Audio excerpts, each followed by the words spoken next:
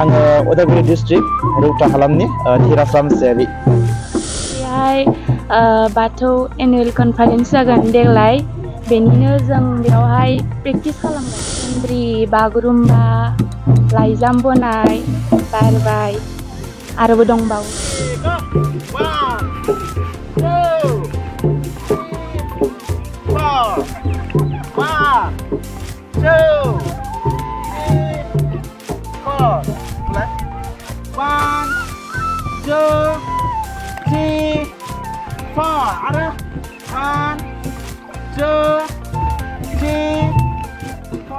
जोंहा फैबाय थानाय 2024 मायथाइनि जानो गोनां जानुवारि 7, 8, 9 नि थाखाय जों हारिमु हान्जाया जोबोरैनो दायो साखाफारा जागासिनो दङ। दिनैसिम 6 डे जाबाय फोरोंबाय थानाया। आङो जोबोद गोजोननाय मोन्दों। जोंहा बेवहाय आं दायो फोरोंनो मोन्दों 100निबो बारा। जोबोद गोसो होना सोलोंदों गथ'फोरा। जोंहा डाइरेक्ट दायो एग्जाम सोलिगासिनो दङ, थेवबो माने क्लासनिफ्राय डाइरेक्ट फैनानै बेवहाय एटेन्ड जाफैयो, सोलोङो। जोबोद गोसो होनानै सोलोंदों, आंबो जोबोद गोजोननाय मोन्दों। आरो जोंहा दिनैसिम 6 डेआव आङो 6टा साबजेक्ट होनो मोननानै फोजोबनो मोननानै गोजोननाय मोन्दों। जोंहा जाखिनि रोंनांगौ आंनि बेलायावहाय आङो बिसोरखौ नुनो मोन्दों, रोंनायखौ नुनो मोन्दों। आरो दासिम आङो मोनथाम मोनब्रै जेसेबां हाबावो आं होनो नाजागोन। जोंहा जाखिनि मोसागोन बेखौ जों मिटिंसिम जोबोरैनो समायना रमायना मोसाहोगोन होननानै आंनिफ्राय आं मिजिंथिनानै दङ।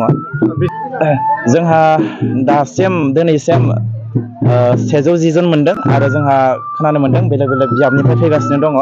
ओरै राङापारा दङ, बेलस्रि आरो बाटासि, हग्राजुलि बिथिंनिफ्रायबो फैगासिनो दङ। जोंहा जयै जों 200 जन मोसानायखौ जोङो दिन्थिफुंनो थाखाय आखायाव लादों।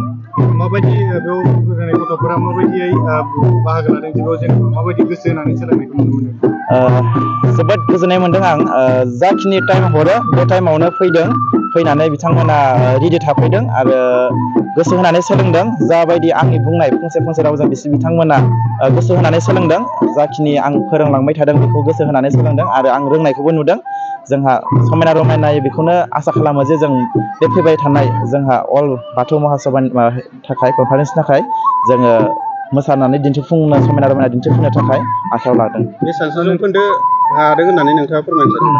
जों दासिमहालागै सम दंबावो आरो जोङो दासिमहालागै आङो 80% आवगायनायखौ आङो नुनो मोनगासिनो आरो बिथांमोनाबो खस्थ'यैनो सोलोंगासिनो दङ आरो सम दंबावो फैबाय थानायसिम जोङो समायना रमायनायै मोसालांगोन, दिन्थिफुंलांगोन। आङो माने साक्सेसफुल जागोनखौ आङो आसा खालामदों। नोंथांनि इन्ट्रडक्सन होनो हागोन नामा? औ, आङो उदालगुरि डिस्ट्रिक्ट रौता हालामनि धीराज रामसियारि। बेयाव मा मा मोसादों नोंसोरो, मानि थाखाय? जों बाथौ मिटिंनि थाखाय मोसानाय जादों। दा माबायदि मोसानाया सोलिगासिनो नोंसिनि? मोसालांनाय बागुरुम्बा, ओमफ्राय सिखिरि, रोनसोनद्रि, ओमफ्राय दिनैहाय सारा गोदान फोरोंदों मा जारा फाग्ला। सानबेसेनिफ्राय मोसादों नोंसोर? मा समाव, मालानिफ्राय मोसादों? 6 थारिखनिफ्राय। नोंसोर बेहाय मोसानाय सोलोंथाइ लानानै बोरै मोनदों? जोबोद गोजोननाय मोनदों। मोसानाय सोलोंथाइ लादों, मानि थाखाय लादों? जोङो दा बेहाय बाथौ एनुवेल कनफारेन्स जागोन देग्लाय, बेनिनो जों बेयावहाय प्रेक्टिस खालामगासिनो दङ। प्रेक्टिस खालामदों? रोनसोनद्रि, बागुरुम्बा, लाइजाम बनाय, बारबाय आरोबो दंबावो। बेसेबांसो मोसागोन नोंसोर? दायो प्रेक्टिस खालामनाया बेसेबां इमप्रुभ जाखो?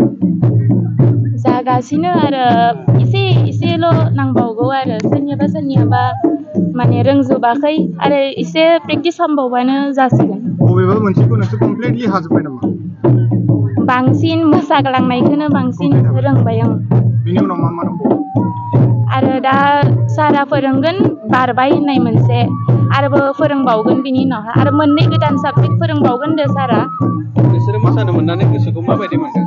जोबोर गोजोननाय मोनदों, मोजां मोनदों। बेसेबांसो मोसाखावरिया बाहागो लादों?